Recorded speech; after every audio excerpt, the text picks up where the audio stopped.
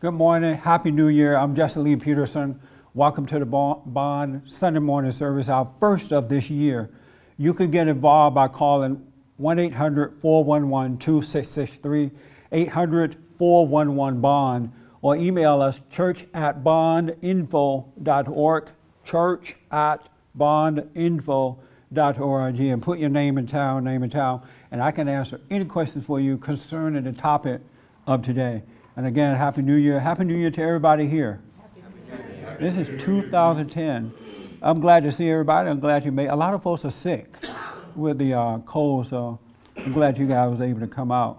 I want to thank everybody, even the folks out there, for the gifts and the cards and the phone calls and emails that you sent me during the holidays.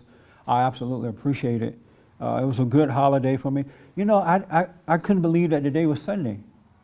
I looked at my phone, it said Sunday. I called a few people, they said Sunday, but it didn't feel like today was Sunday. So I guess I was really relaxing a lot. But it's good to be back to work, and I'm looking forward to a good year. Anybody want to say anything before I introduce the new theme for this year? Our new theme? Nothing? I really appreciate it. You guys like looking at me like that. Okay, well, last year we talked about endurance. We had to endure. And I think some of you endured the whole year and it worked out pretty good. This year, the theme is trust, truth. Everybody understand that? What is it? Trust, truth. And the reason I want to talk about that, make that the theme for this year, because I realize that most people, and especially Christian people, do not trust the truth. God said that the truth shall set you free. And I visited several families this year and during the holidays. And families are absolutely, and not just my family messed up too, but families are, for lack of a better word, screwed up. And Christian families are some of the worst. And the reason for that is that, one reason is that they don't trust the truth. They don't trust what's right. The whole purpose of a family is to be an expression of the kingdom of heaven on earth. To love one another, and loving one another is about being honest with one another. Not pounding on one another, but being honest, dialoguing about what's going on, reaching out and helping in the right way and telling the truth about it. But families are not doing that. And it's amazing to see that. And I asked, why don't you tell the truth? Well, I don't want to hurt their feelings. How can you love God and not want and be concerned about a person's feelings?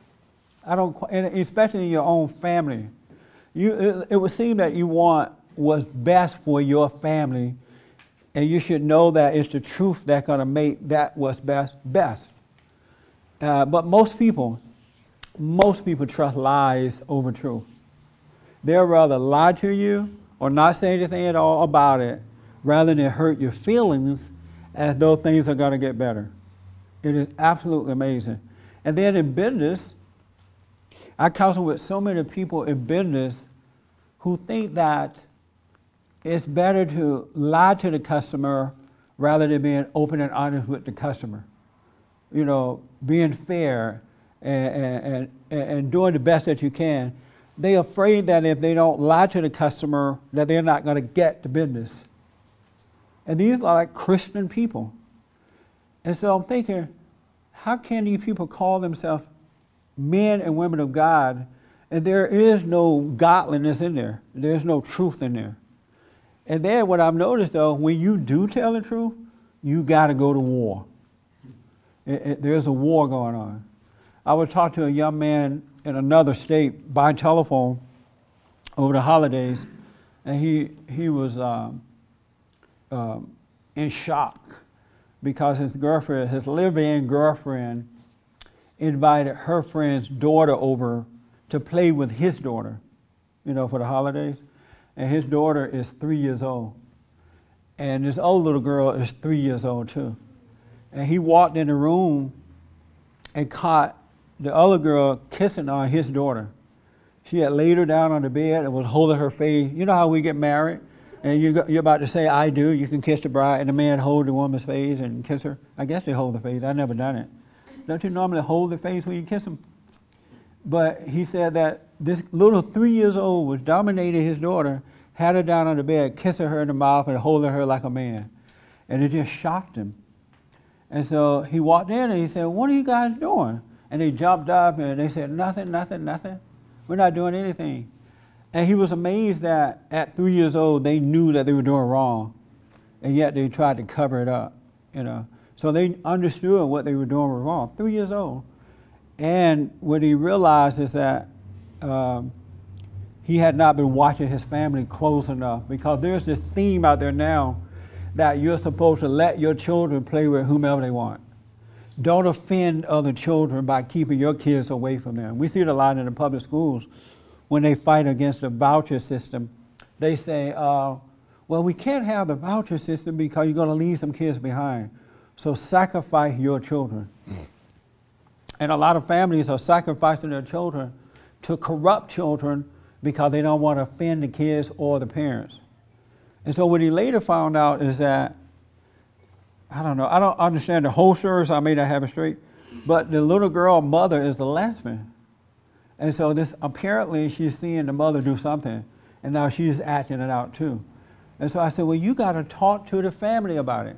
You got to talk to that girl's mother, and you got to explain to your kids, you cannot play with this girl, you can't be around her. Well, well, he said he was going to do it, but he didn't want to, you know, he doesn't want to hurt the family. But is it better to sacrifice your kid's soul to evil and protect somebody's emotions and feelings? I mean, where's the love for the family? We as parents, our first responsibility is our family, to protect them from evil, because the battle is a battle between good and evil, right versus wrong. And families are, as I said, and I'll just borrow this word one more time, families are screwed up because they're liars and deceivers. They don't protect. And men have it bad because they won't even protect their wives and children, so everything is coming in. And so we got to be honest this year. We got to tell the truth. You got to be that living example, though. You can't go around pounding on somebody else and be a hypocrite. You know, you got to be of that. That's why God said when you're born again, He gives you a new nature. He gives you a nature of honesty and truth. You're no longer of the lie. And most people are of the lie. That's why they're having so many issues. If you're not a free person, you're of the lie. I don't care how you know the Bible. I don't care how many churches or how often you go to church, how much money you pay. If you're not of truth, if you don't have that peace, then you're of your father, the devil. So you got to check yourself out so that you can overcome it and be of truth. And I used to be a coward, believe me. I was so pitiful as a man, I didn't even like myself. So I'm not like trying to act like I've always been able to live this life, but because I was honest with myself about it, I saw that I was weak and pathetic, and then I admitted it, and for a long time I didn't know how to overcome it, so I suffered for a long time. But when I found out that I could overcome it, and the key to overcoming it is to first admit that you're weak and pathetic, that you're a sinner, without excuses.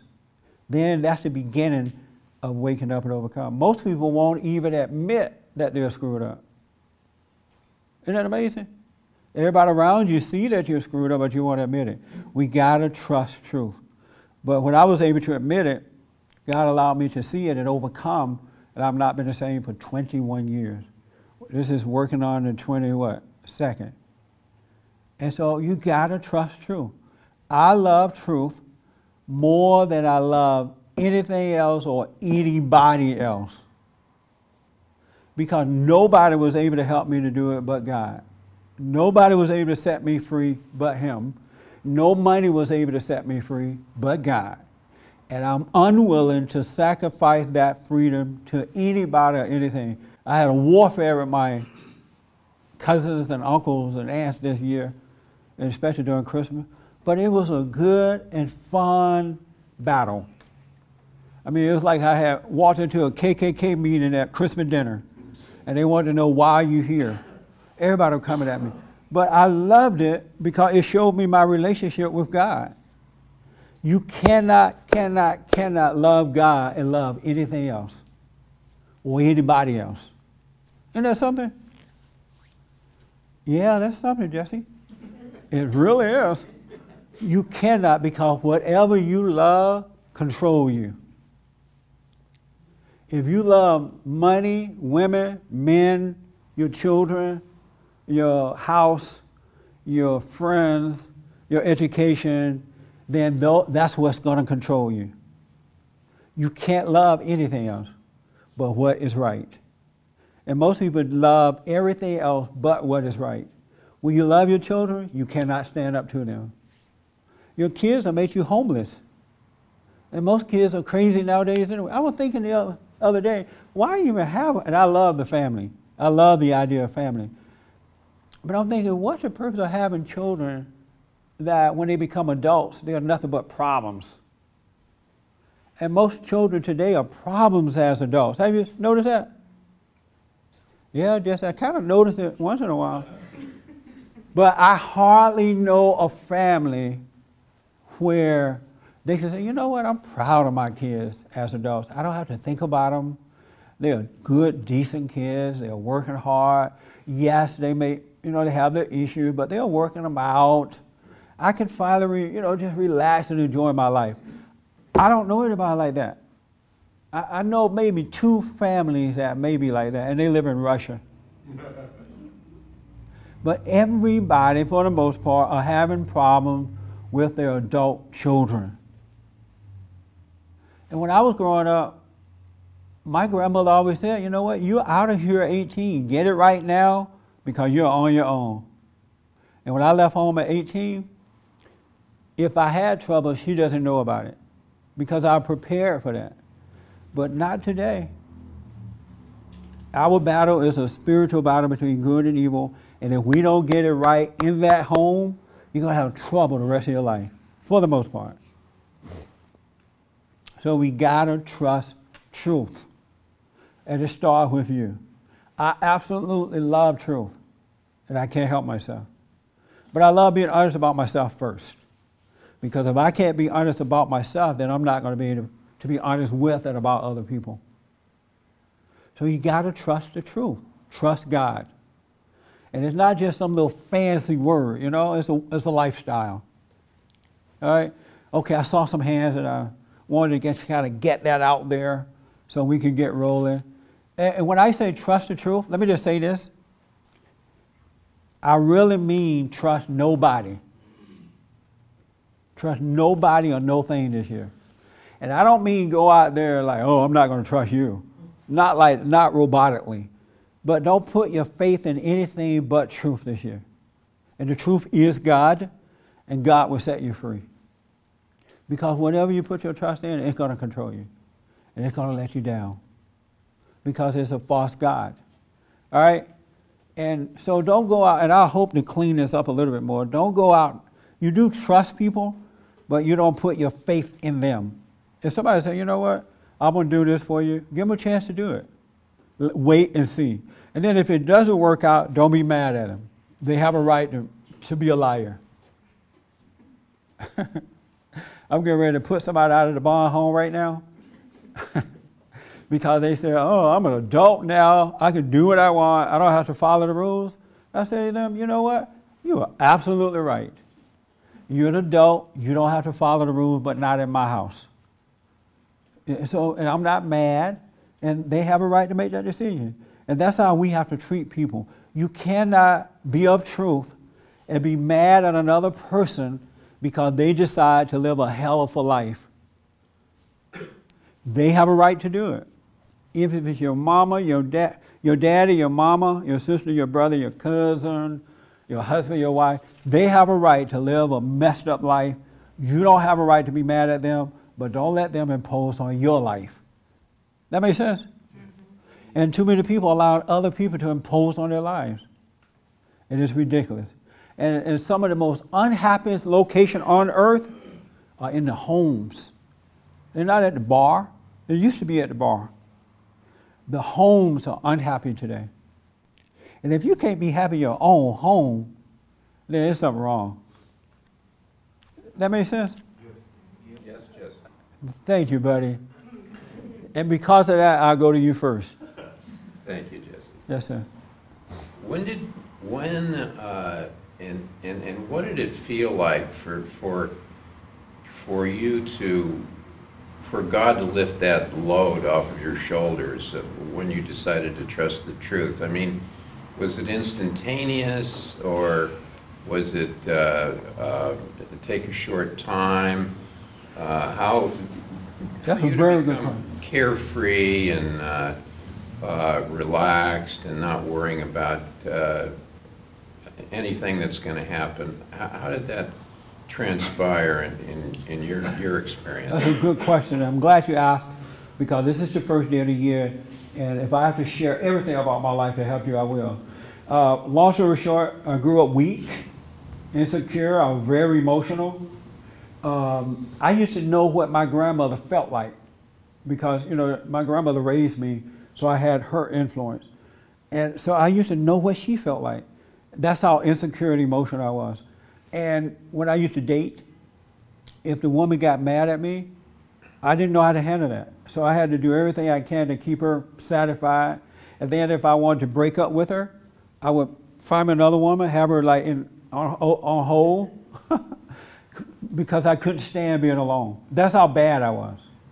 I was just insecure, didn't know what to do in life or what I wanted to do.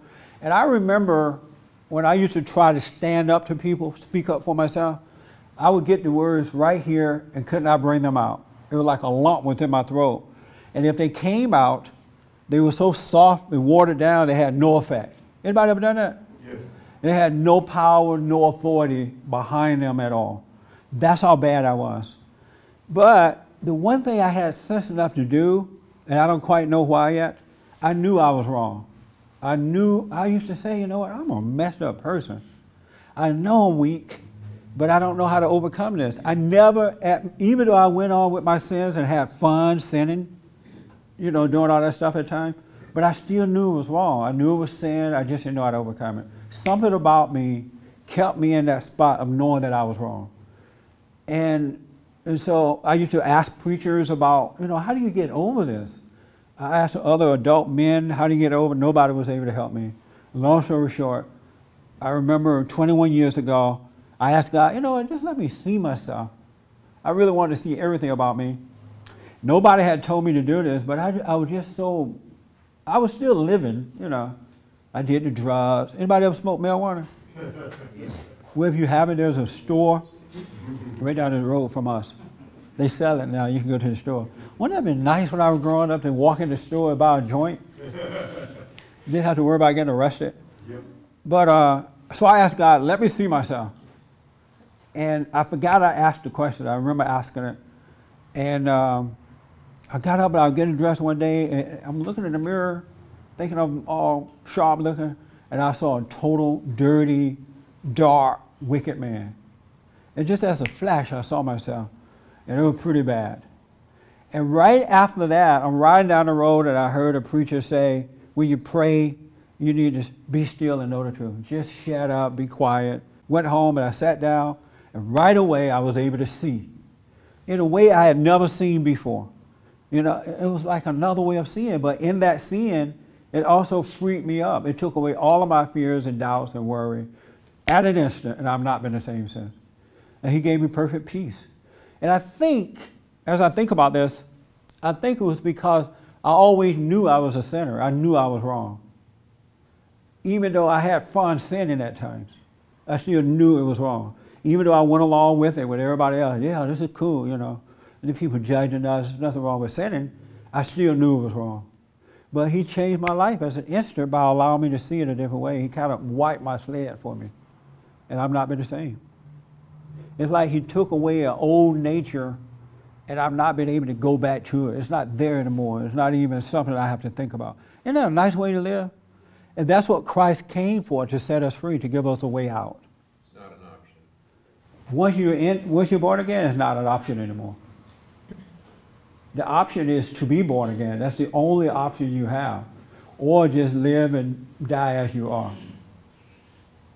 Yeah. Did you happen to see Glenn Beck's program on John Huntsman on television the last couple of days? No.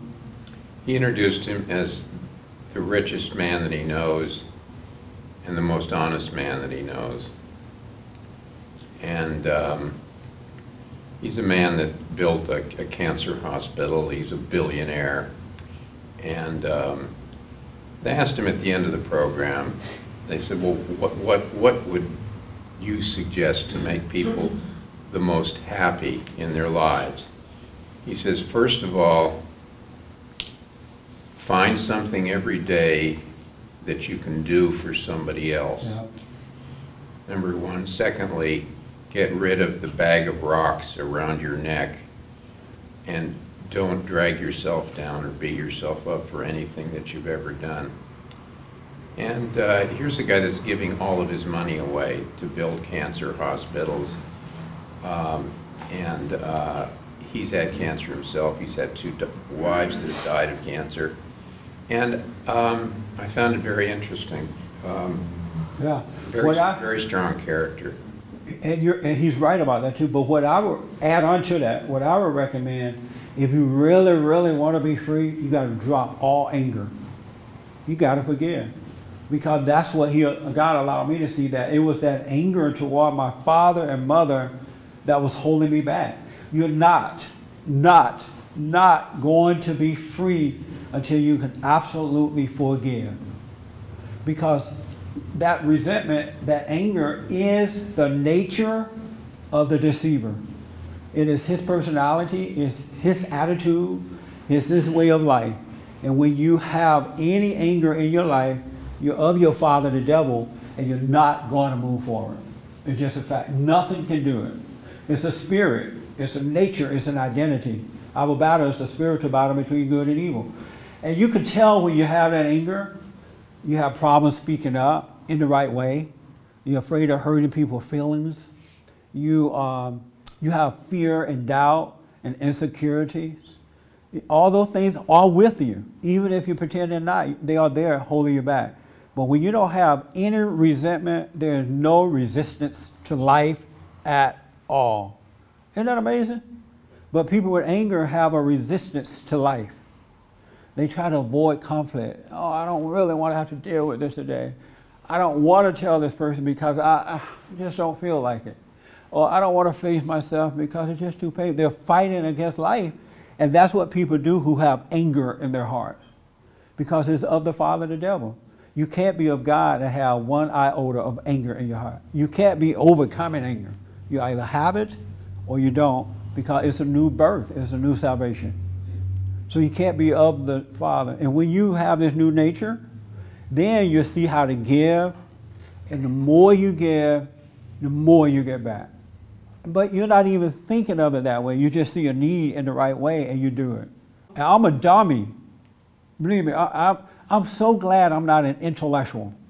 I used to want to go to college and be smart and know things. I thank God that he didn't let me go. Because some of the dumbest people walking this earth are intellectuals today. There is no God in their lives. They're as crazy as they want to be. And so, but when you forgive, you connect with the Father, and he supplies your every need. Would you describe anger as walking around in pain all the time? Yes. Because when you have anger, you do not have perfect peace. Anger messes up the physical body, the mind, and the soul. It really does. Because just think about it. You got a negative energy living inside of you that gives death instead of giving life. And that's what anger is. It's a death way of living. And so you gotta, in order to just be, you gotta let things just go through you instead of you going through it in a way that you're struggling with it. You know, God said we should be like the flowers and the trees. They don't work, but yet they're so beautiful. They just, and he said we are greater than they are, right? And if you notice about the plants and things like that, they don't fight against life. They just let whatever happen, happens. And they're able to overcome it, so they end up being beautiful. But with people, because of their resentment, they fight against life, And they end up becoming old and ugly and out of control and sick and diseased, and their family screwed up, and the kids are adults who are out of control, broke, on drugs, children out of wedlock, because they're fighting against life instead of allowing life to just happen. Isn't that cool? Yeah, Jesse, that's pretty cool. Jesse, that's cool. Yeah, it's an easy way of living. God even said his way is easy, his lifestyle is fine. So lay yours down and take on his. And for me to know this, anybody can know this. I'm telling you, no one taught me this. He is inside of us, waiting to set us free, but you got to surrender. You got to absolutely let go. Okay, let me move a little faster and I'll come around this way. Yes, ma'am. Is trusting the truth the same thing as living in faith? It is. Absolutely. That's what I want. Yes, ma'am. When you really trust the truth, you don't even think about the consequences. Because there's a confidence there that says without words that things are going to be fine. Without even thinking about it. You know how people trust lies, right? And they don't think about the consequences of lying or not standing up. But there are consequences to that. The truth is the same way. But instead, the truth is always going to turn out good for you. It's going to always turn out good. But now again, don't go around just mouthing off truth. That make sense? Yes, Jesse. Thank you. Yeah, there's a timing. You know how the ego set you up to hear what the preacher or the teacher is saying, and then you just go out repeating it. Now you're going to be truthful to everybody and tell them the truth, but you're coming from the wrong place. That's where the problem is. The spirit got to be well, too, in order for this to work. You can't go around mouthing off truth and then you got an evil heart, because there is no love in that. And people are going to rebel against that. They'll get a gun and shoot you. But so the truth has to be from love, because the truth is love. The real truth is love. Is the intent of truth is always to help your fellow man. Always. It's never to take advantage of them, to deceive them. It's not selfish. It's long-suffering. That's the purpose of the truth. It's to help your fellow, even your enemy. You help them by telling them the truth. You don't need to be liked by them. There's not one person walking this earth that I need to be liked by. And I used to be the kind of guy that needed to be liked so I could feel better. Really. But I don't need to be liked. I'm fulfilled now. I have perfect peace. I don't have a need out there. And yet all my needs are being met from out there, the physical needs. Isn't that interesting? It's so simple. And before we end this, we're going to talk how to do it too. We're going to get you rolling this year. Let me come back to you guys. Did that answer your question? Yes. Yeah. Yes, ma'am. You said that you have to have real love before you speak up when you see something that's wrong. Yes. And you don't say anything because nothing comes out to say. And when you've done this before, and it's stupid, sounds stupid. Yes. So I'm having a situation that I'm seeing very clearly, but I'm almost like afraid to tell him because he reminds me so much of my ex-husband Right. in his ways. And I have tried to speak up to him about his weakness with my daughter. And he just shines it on like he don't want to hear it, you know. Well, perfect love casts out fear. The only reason you have that fear because you don't have perfect love. So you don't speak up if you feel that. You still need to. Oh, you do? You do. I mean, and see, it's like a thin line, I guess. Mm-hmm. I don't want to tell you not to speak up, because it's better to speak up and see if you did it out of hatred or love, you know, than not to speak up. I just don't want people going around just pouncing on everybody, you know, thinking that they're being honest. Right, because I did that before, and I don't want to do it again. And the mind will trick you to do that. Right, it will. And so now, if nothing comes out of my mouth, I'd rather not say nothing. Yeah, but don't force it. No, I Because even if you don't speak up, at least you're seeing that you have fear about speaking up. And just watch that and you'll overcome it. That's what you do. So it's still working out. Maybe you wasn't supposed to speak up. It allowed you to see yourself. Okay, and I am seeing myself. And all you have to do is just, what's so amazing about life, and there's so many things I love about life, but what's amazing about life is that we can't change ourselves, but if we could just see ourselves, it starts to change by itself. Really, but folks won't take the pain of seeing themselves, that they won't really relax and let, just see yourself. So you have the opportunity to see that you have fear, meaning that you don't have love, and just watch that. And I feel so peaceful most of the time. So I sort of get confused because I'm so peaceful most of the time. And I wonder, well, what is this, Well, I'm afraid. What is this? You're only getting confused because you're listening to the tempter too. Because the devil's going to stay busy with you. He's going to come around and try to say, oh, you don't really have peace. Or you're too happy. There should be some problems in your life. But now that you're familiar with the voiceless voice, you know that this voice that talks to you that sounds like your voice is a lie. So you just don't trust it. Let it pass. Just watch it. And just let God work it out. It's like the flowers. Let God work it out. Okay.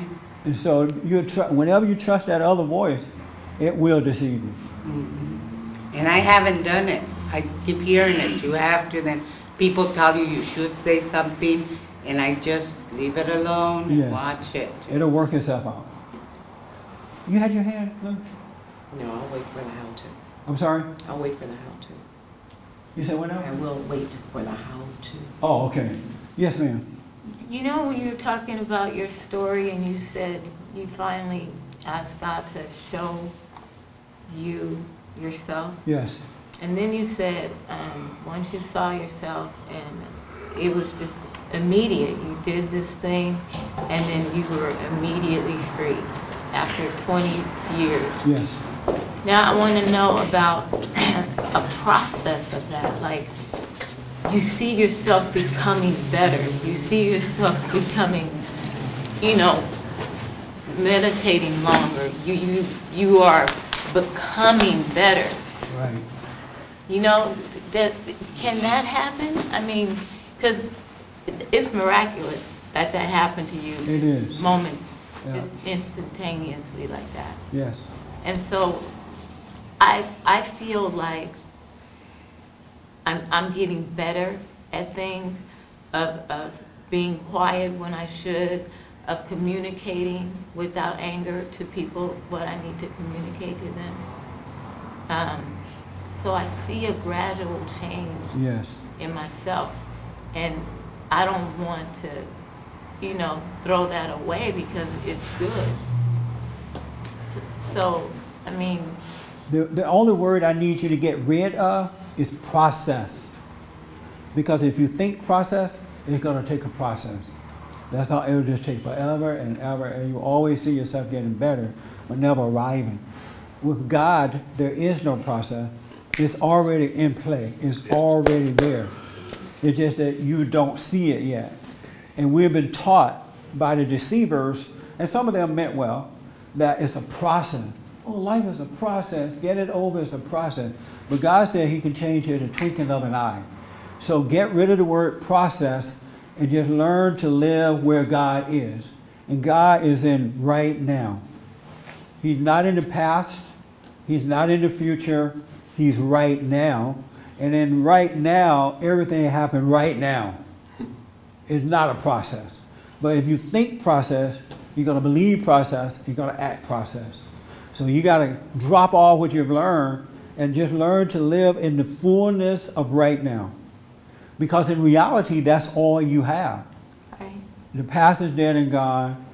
The future doesn't exist except in your mind. And people who live in the past or the future are suffering. But those who are living in the presence of God in this moment, in this now, are living their lives. They're healthy, they have a sound mind, they have a peaceful heart. Their lives are working out because they're living right now and not in the past or the future. So that's all you need to do. Get rid of the process. People who are in the process are taking forever. Because God's ways are not our ways.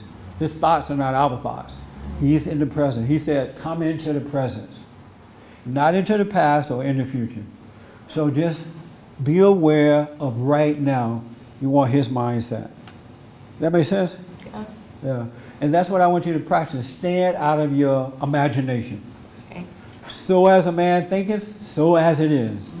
And if you think the past is bad and you got to go back and correct it, or I'm going to make the future better, so will it be, but nothing will ever work out.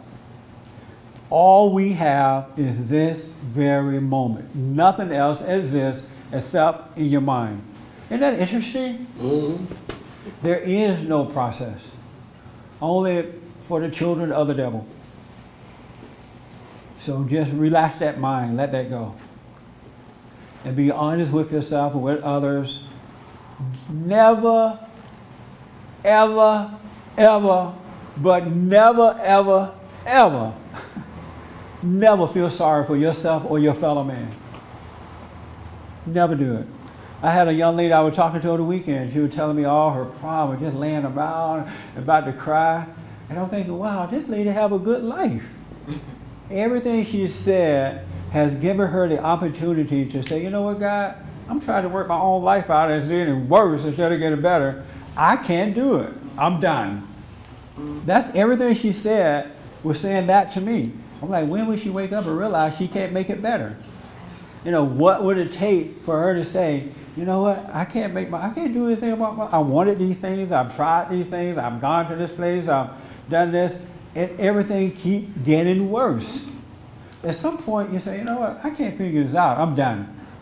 Then you can go free. Mm-hmm. That makes sense? Yeah. And then she felt better. She's like, wow, you mean I have a good life and don't know it? Yes. Because pain is supposed to cause you, because some people are real stubborn, you know, they can't learn by truth. They have to suffer. But pain is supposed to cause you to cry out to God. At some point, when do you say, well, God help me, I can't do it? Isn't that amazing? Yep. But some people have such an ego, they feel that, you know what, I'm just going to try one more thing. I've been married 4 times, I'm going to try it one more time. I have 8 children out of wedlock. Let me get one with a wife. It's crazy. We are not God. Really, we're not. We have nothing. We're of nothing and we're about nothing. So why be mad? Why keep trying? Anyway, did I get all the hands over here already? Yes, sir. And then I'm coming back across the room. I think I saw it this morning when you spoke up about anger. And I think for a couple of years I couldn't see it. And a friend of mine kept telling me about it. But I've been using the word, I forgot that quick. It was, now I can't even think of the word. But anyway, it's a small anger, like a pinhead. And I've been covering it up with saying it was minute. Yeah. You know, and I couldn't see underneath it. And I just saw it this morning. Good. When you said it's just small things that you need to really look at. And that's why I didn't really want to see it. I couldn't see it. It's like a blanket was thrown over it. Yeah. You know, so I just saw it this morning. I just want to say that. Good, man. We want to get the year going right this year. I love this new theme that we have of trust and truth, trust truth, because it's going to cause me to even focus more on what is right. And I'm liking that. Last year, endurance, it was good for me. I endured a lot of stuff, but I came out on top. I mean, it's amazing what I had to go through. But because we were talking about it every Sunday, I do my prayer all the time. I'm aware of what's going on. He brought me right through it. I mean, it was fun. I had a good time. And so I'm looking forward to this trust and truth even more so. You know what I mean? I don't know why I'm dancing, forgive me. But, yes, ma'am. Yeah, well, Pat just said the only thing he has to contribute to this meeting is like the theme this year much better than last year. He's saying like if you trust in truth, then you don't have to endure as much. Yes, right. As a matter of fact, if you trust truth, the only thing you have to endure is the world coming at you for being of truth. And they're easy to deal with. Really.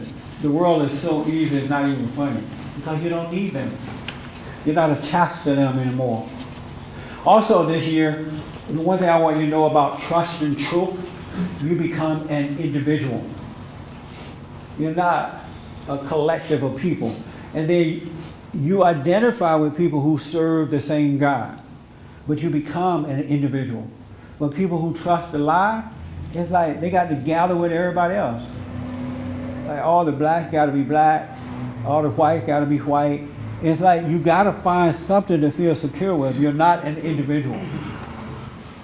And God cannot use you as a group. He uses you as an individual.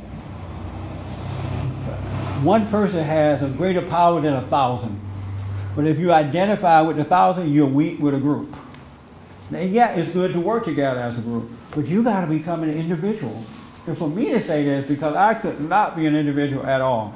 I was black, I was Afro-American, I was everything they did. I was Negro.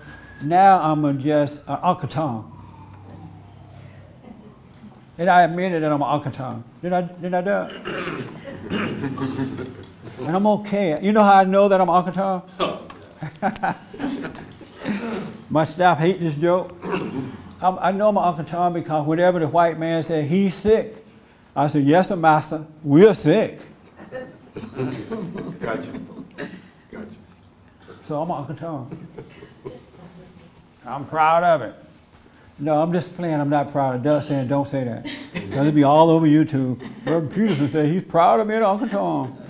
But my point is, you got to become an individual so you can be one with the truth. And yeah, you're going to have friends and families and people you work with, but you can take it or leave it. You're not afraid to stand alone. You know what I mean? All right. Yes, ma'am. So last week you were going to tell us what truth was. I mean, how do you see the truth? How do you know the truth? Oh, okay. It's different than right and wrong. What is truth? What is truth? Can you tell her what truth is, sir? You're sitting right in front of the lady with the hat on, or behind the lady with the hat on. Truth is the word, and the word is God. That's truth. Truth is the word, and the word is God. Okay. Do you know what truth is? It's a very good question. I'm going to put it this way, something I'm understanding. All my life, you know, I've had those thoughts hit me, my imagination, and they're so relevant. I think they're so relevant, and I think they're important, and it just replicates almost what I need to know, and sometimes it totally doesn't. I have no idea, but what I'm understanding now is that whatever it is, it takes me away from the moment, and if I'm getting sparks of realization and clarity where I go, wait, this has nothing to do with anything. I can completely disregard it, and then I just become aware of the moment where I am, and all these things, if I don't engage them or go down that road of thought and analyzing, it meant nothing. Yeah. And so then it's like I don't really have any attachment to any of that stuff, and I don't know what I'm going to do, but that's, you know, where I am is where I am, and what I need to know is what I need to know. And that's what truth is? Yeah. Okay. What is truth? Truth is, I think, whatever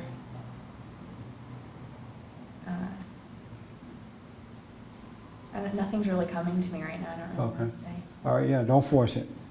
Do you know what truth is, sir? Truth is that voice or that feeling that you know it's right in you, and you know, when you act on it, that is the truth that you bring, you know. Okay. As I think about this and hear the feedback, I'm loving this question even more so. You ask the $1 million question. You're the winner. Thank you. You're the winner. Yes. I say truth is anything that's proven and is relevant to the Word of God. Anything that has been proven and is relevant to the Word of God. Okay. I'm loving it even more so. I should thank you for the yams this year.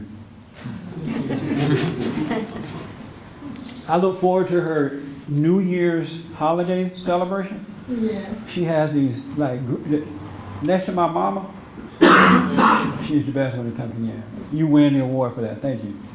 You know what I ate this week? And when I thought about it, I was about to throw up. I ate some chilies. My uncle called me up and said, hey, why don't you come on over and have some chitlins.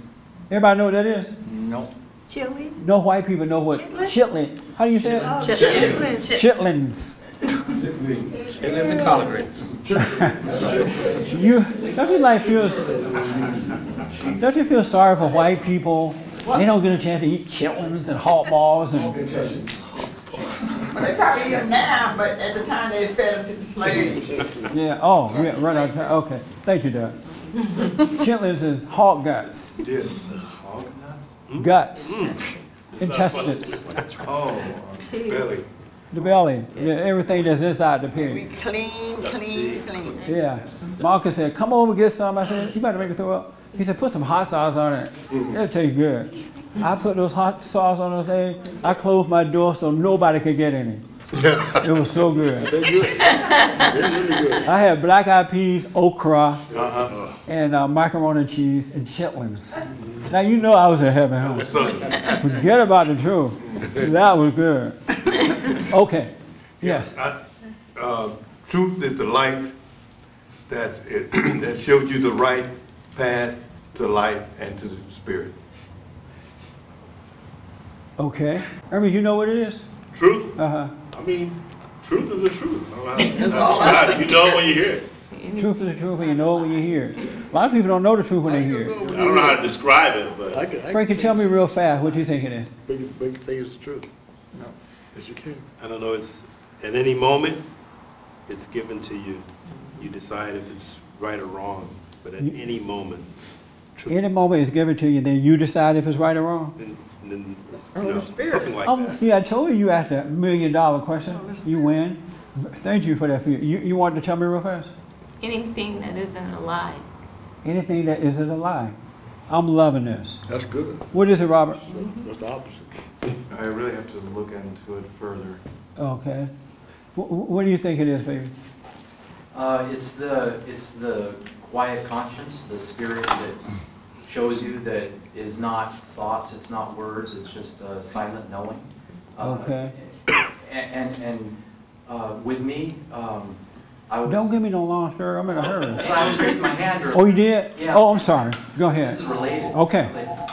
That for me, a lot of my life, I was embarrassed by it, I was afraid of it, and I resented it, and so that stopped. When I realized that it was my friend, and it wasn't the excuses, it wasn't the thoughts, it was that silent little, hey, you did that wrong, not with words. When I realized that it was my friend, and not to listen to the words, excusing it, then my whole life totally took off. Okay. Yes, ma'am. Last word on it. I was going to say, truth is real freedom. Real freedom. Okay. I love that. I love that question. We don't trust it because we don't know what You don't know what it is. You know what the truth is? And I'm telling you, if you can let this happen to you, everything else will fall in place. The truth is that there is one God, and I'm not He. I'm not Him. When you can realize that you're not God, then you shall know the truth. And that's the truth. Because everything else comes into play as you move through life. But most people don't know that they're not God. They'll say, oh, I'm not God, but they act like God. They get mad when you don't like them or you say bad things about them. They get mad when things don't go their way. They try to force life to happen. They think they know what they want out of life. They think they have their own purpose. But when you can know that you're not God, because that's the role of a God, everything you do, when you can truly see that you're not God, then you shall know the truth. And that is the truth. We're not God. There's only one, and it's not us. Now that sounds so, I guess, nothing to you, but that is life-saving. I'm telling you. When you stop playing God, then you will know the real God, and then you shall know the truth. But 99.999 99.9% of people play God. Yeah.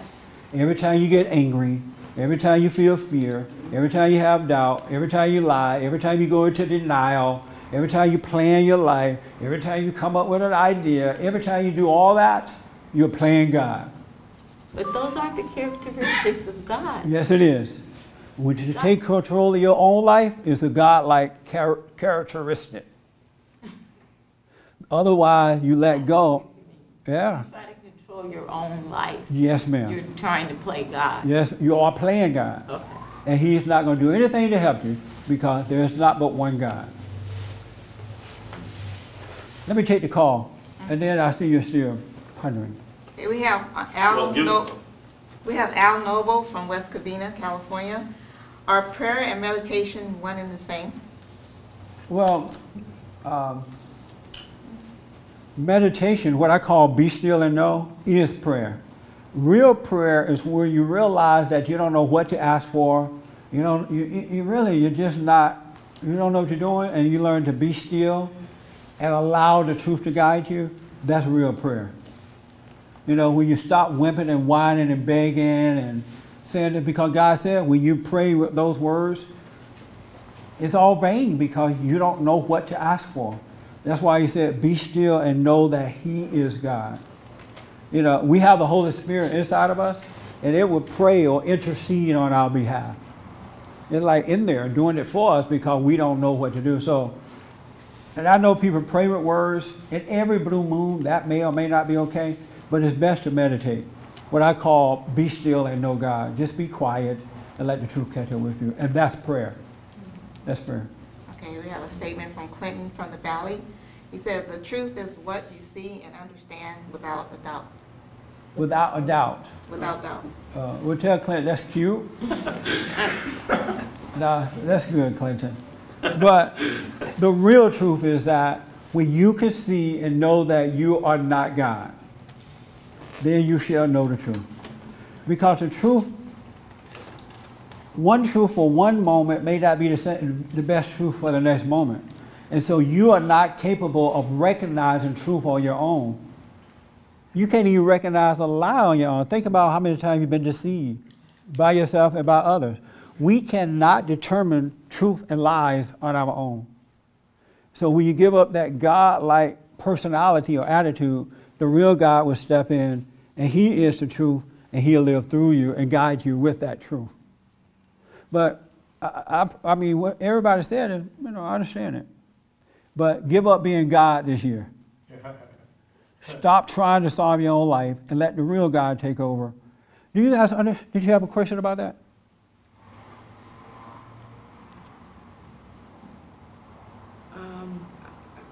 I hear what you're saying. Yeah. But I'm not sure how to do it practically. Oh, okay. A little louder for me because they can't hear you on the TV thing.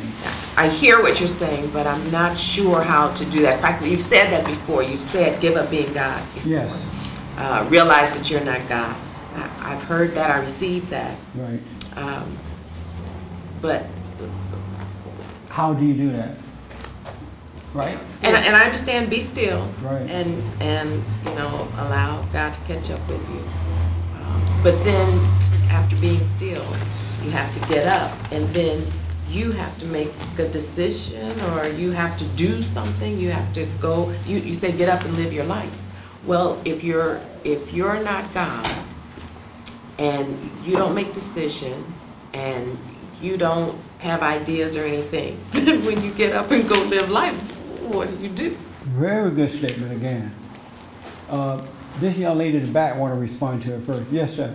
I realize that, like when we put our will in this stuff, that's like playing God. It is God. Mm-hmm. Yeah. When you get angry at yourself and others, when you try to control your life, when you're overreacting to situations around you, when you have fear and doubt and all that stuff, that's a God personality, and you don't want to be offended. You know what? God doesn't want anybody to mess with him or her. Who are you? But I'm telling you, when you realize that you're not God, that's when you shall know the truth. The real truth is going to step in and take over. And the way that the first step to get in there And that's where we'll start today because I'm running out of time. You got to learn when you pray, you got to learn to sit still and shut up and be quiet and allow God to reveal that to you from within. Because I don't want you can't learn it. You can't fake it. You have to let it happen through you because he lives inside of you. The kingdom of heaven is inside. And so you got to let go of all the way you've been taught to pray, the way you've been taught to think, the way you've been taught to make life work. You got to abandon that by sitting still and allowing that truth to guide your every footstep. And so what I recommend at the beginning of this year, right now, is every morning, every night, and sometimes if you get stressed out in the middle of the day, just sit quietly in your room, just relax and become aware of those thoughts and let everything pass. And be aware of this moment. And God will do the rest. You don't have to worry about what am I going to do next. It will be already laid out for you. Really, you just get up and do what you see to do in the day, and your life is just worked out already. He already has a plan for us, but because you are God, you're trying to do your plan and not his. You're of your father, the devil, and his plan is deceiving. So when you pray, just be still and let it happen. There's a light. There is a kingdom of heaven inside of us, and it will reveal itself to you. It's consciousness. Somebody mentioned that. It's consciousness. It will reveal. It's the mind of God. So you got to this year let go. The more you let go of what you think you want and try to make it happen, it will happen for you and through you.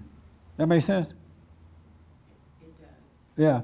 Just let go. Don't worry about. Let go of just thinking about it and thinking about the past and thinking about the future, and just live for right now.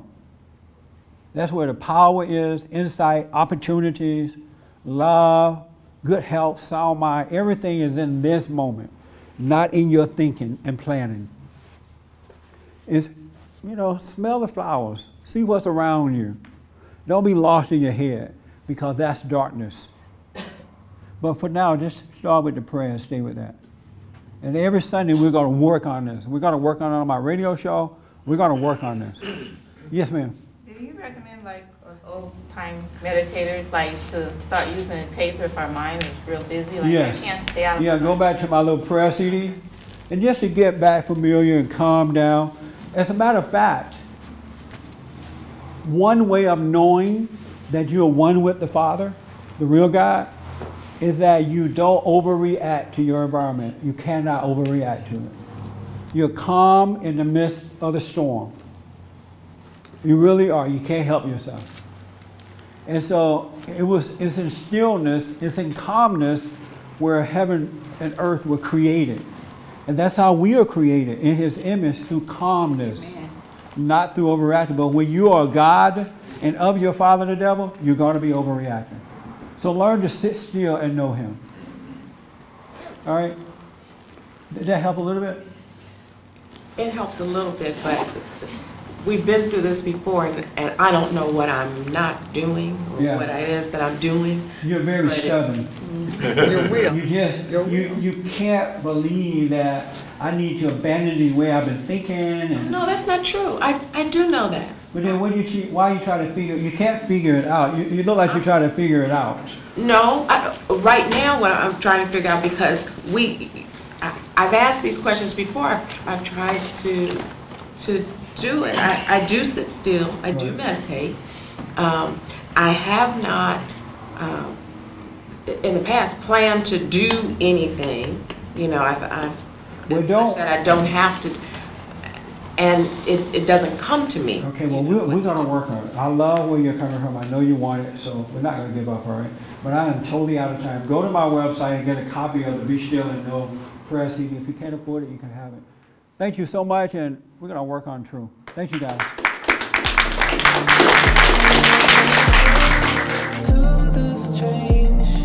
For more information or to purchase a copy of this show, visit us on the web at www.bondinfo.org or call 1-800-411-BOND. You're already home.